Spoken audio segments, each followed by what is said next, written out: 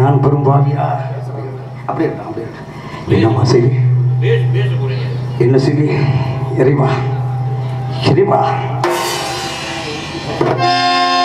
எத்தனையோ பிறவி பெற்று பிறவி ஒன்றை பெற்று அத்துணையும் முடித்து விட்டேன் அத்துணையும் முடித்து விட்டேன்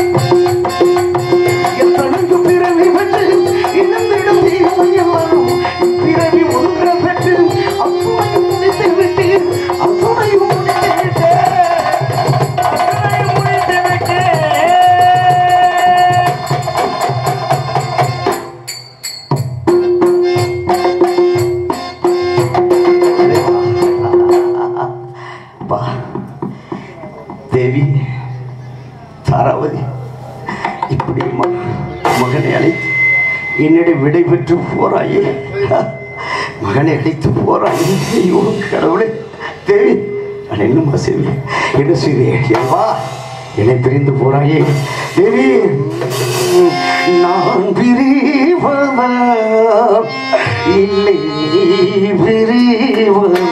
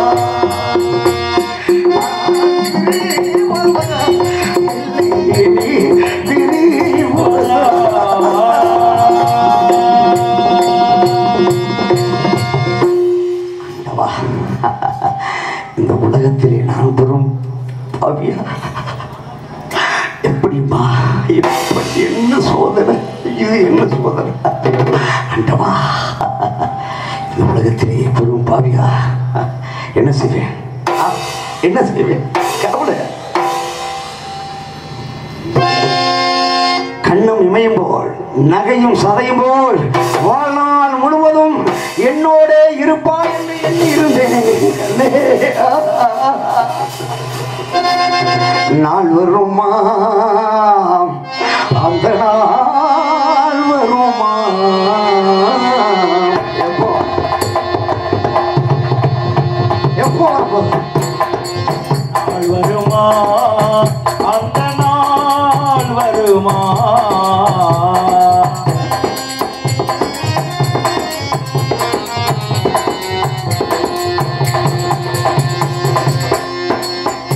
வருமா அந்த நாள் வருமா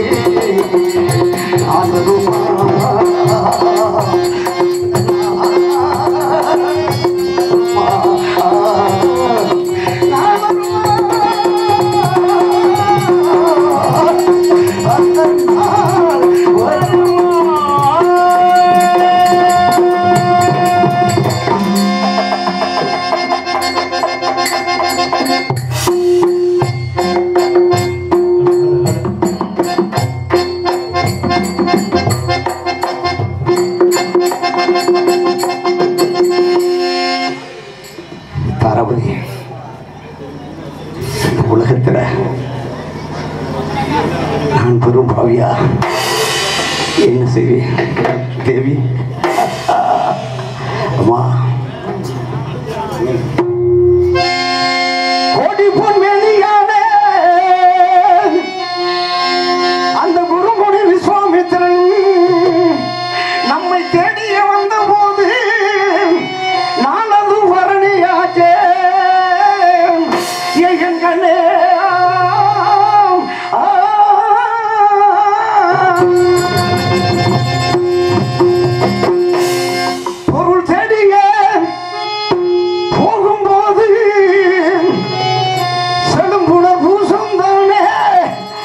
என் கண்ணே கண்மணி கண்மணி தேவி நாம் வாடிக பிரியும் போது மகமும் வந்துட்டதையோ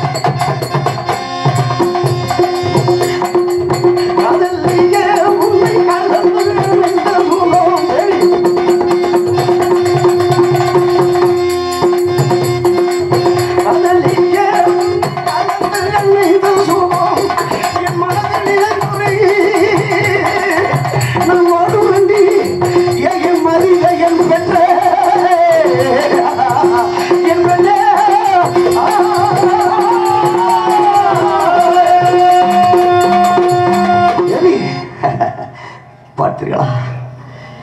என விடை கேட்டு என் மகனை அழைத்து போனாலே என விடை கேட்டு போனாலே தேவி தேவி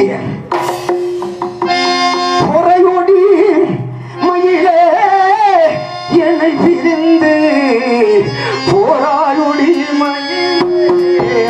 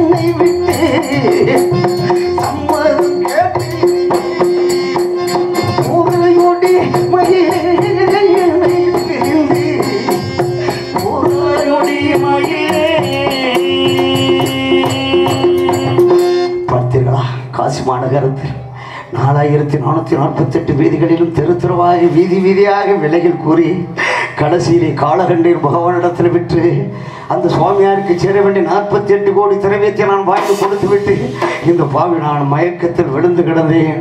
அப்பொழுது என் கூட வந்த நட்சத்திரங்கள் ஹரிச்சந்திரா அயோத்தியாவிலிருந்து காசிப்பட்டினம் வரை கால் கிடைக்க 48 நாளாக உன்னோடு அடைகிறேன். எனக்கு தரகை சம்பளம் 16,000 பசும்பொன் தரகை சம்பளம் இப்பொழுதே கொடுத்தாக வேண்டும் என்றார். சிவசிவா, என்னிடத்தில் வேறொரு வழியும் இல்லையே, எப்படி ஐயா கொடுப்பேன் என்று தெரிவிக்கின்ற பொழுது, ஹரிச்சந்திரா உனது மனைவி மகனை விட்டு அந்த சுவாமியாருக்கு சேர வேண்டிய 48 கோடி திரவியத்தை கொடுத்து விட்டாய். இப்பொழுது நீ ஒரு மீதம் இருக்கிறாயே, போடா போ. காசி மாநகரத்தில் உன்னுடைய சரீரத்தை விலைகள் கூறி எனக்கு 16,000 பொன் பசும்பொன் தரகை சம்பளத்தை இப்பொழுதே கொடுத்தாக வேண்டும். சிவசிவா, கோபிக்க வேண்டாம். இந்த பாவிதான் மீதம் இருக்கிறேன். இந்த பாவியின் உடலை ஏதோ விலைகள் கூறி தாங்களுக்கு கொடுக்க வேண்டிய 16,000 பொன் பசும்பொன் தரகை சம்பளத்தை தந்து விடுகிறேன் சொல்லி மீண்டும் காசி மாநகரத்தில் இந்த பாலும் சரீரத்தை விலைகள் கூற புறப்படுகிறேன். என்னை யாராவது விலைக்கு வாங்கிக்கலையா? என்னை யாராவது விலைக்கு வாங்கிக்கலையா? ஐயா, திரு திருவாக விலைகள் கூற ஹரிச்சந்திரன் புறப்படுகிறேன். சரிவா, விலைகள் கூறினான்.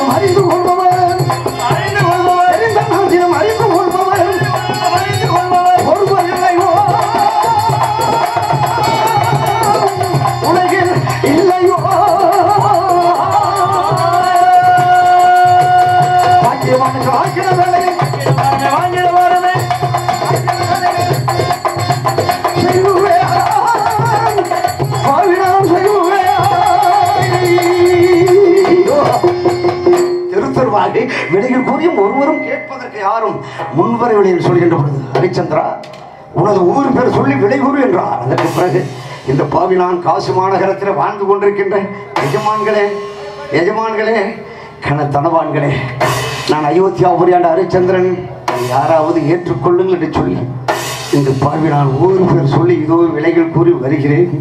என்னை யாராவது ஏற்றுக்கொள்ளுங்கள் ஐயா. சுவாமி, திருச்செங்கு மகன் ஹரிச்சந்திரராஜன், திருச்செங்கு பெற்ற ஹரிச்சந்திரராஜன், திருச்செங்கு மகன் ஹரிச்சந்திரராஜன், நானே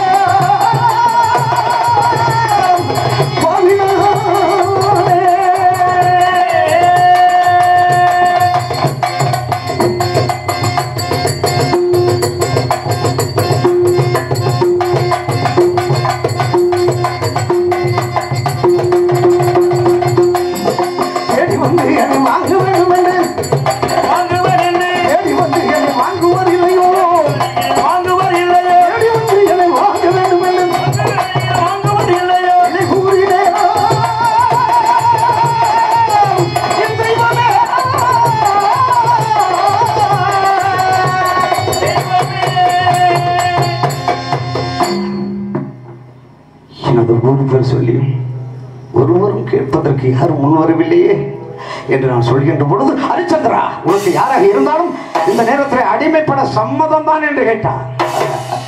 இந்த நேரத்தில் 16,000 பொன் பசும் பொன் தரகை சம்பளம் யார் கொடுத்தாலும் இந்த பாவி நான் அடிமைப்படுவதற்கு தயாராக. அப்படி என்றால் காசி ஈசானிய மலையில் பஞ்சமர்கள் விதி இருக்கின்றது, அங்கு சென்றுடைய சரீரத்தை விலை கூறு என்றார்.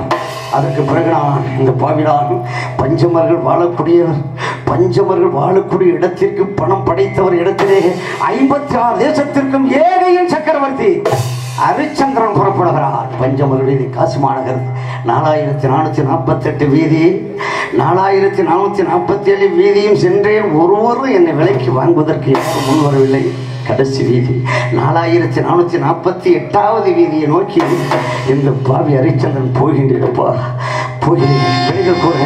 விடைகள் கூற பணம் படைத்தவர் இடத்திலே போகிறேன். பஞ்சமர்கள் வாழக்கூடிய இடம் அந்த இடத்திற்கு ஹரிச்சந்திரன் புறப்படுகிறார். ஐயோ பஞ்சமரா எனும் பணம் படைத்தவர்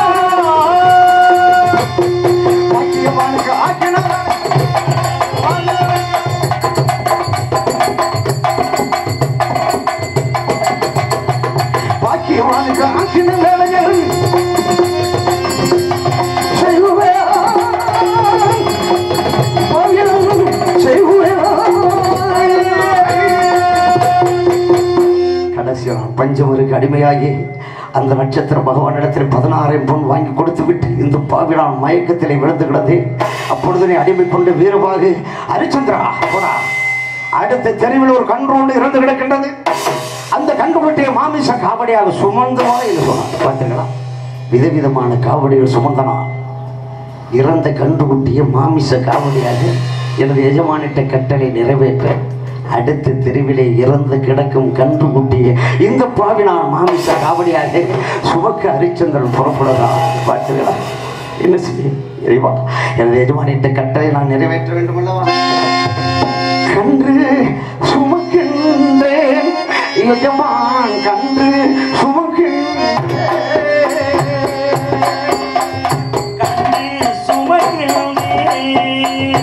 எஜமான், கன்று சுமக்கின்றேன்.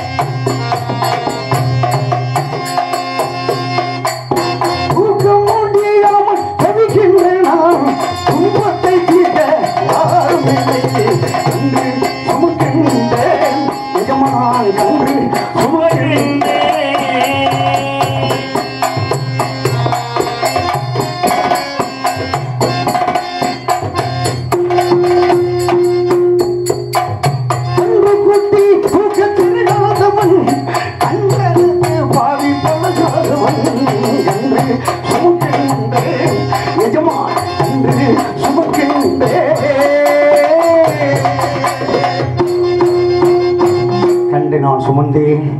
அந்த கண்டுகுட்டியை உரித்துதான் ஆக வேண்டும் என்று சொன்னார். இந்த பாவி நான் அறுக்க தெரியாமல் என் கை கரத்தான் அறுத்து கொண்டு விட்டேன். அதற்கு பிறகு எனக்கு என்ன வேலை கொடுத்தார் தெரியுமா? ஹரிச்சந்திரா, காசு ஈசானிய மலையில் நான் காத்து வந்த மயானம் ஒன்று இருக்கின்றது.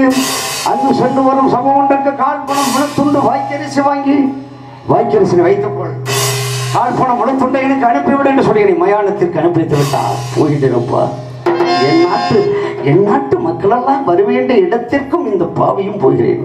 மயான காவலனாக பிணங்களை சுட்டரிக்க இதோ சுடுகாட்டை தேடி 56 தேசத்திற்கும் ஏகையன் சக்கரவர்த்தி ஹரிச்சந்திரன் புறப்படுகிறார். என்னுடைய எஜமான் இட்ட கட்டளை நான் நிறைவேற்ற வேண்டும் அல்லவா. சுடுகாட்டுக்கு போறேன்.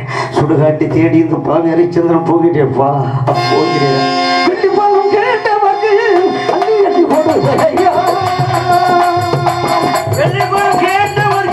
அள்ளி எதை கொடுத்தாங்க புள்ளி காசு வாங்க போது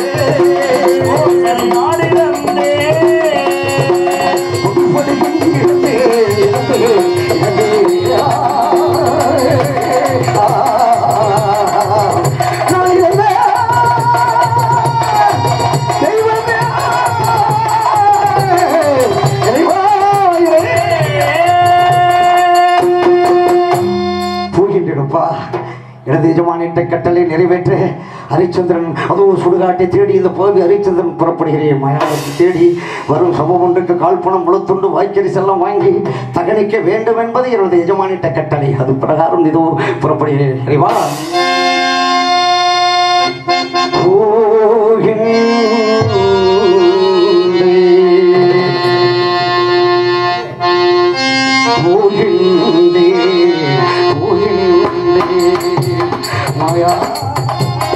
காவல் புரிந்திடவே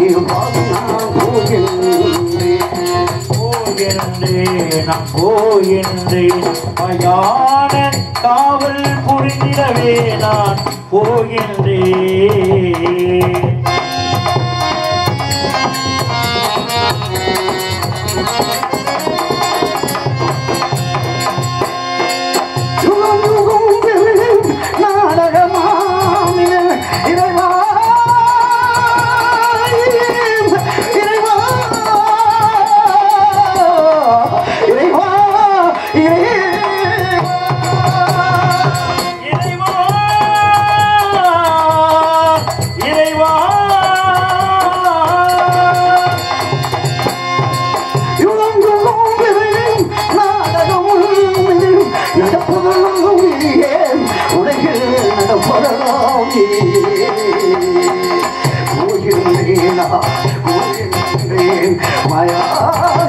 காவல்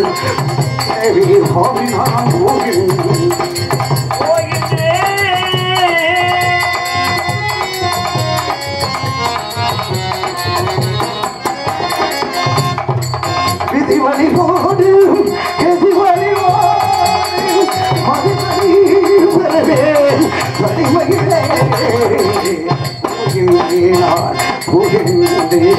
மயானே காவல் புரிந்திடவே நான் போகின்றேன்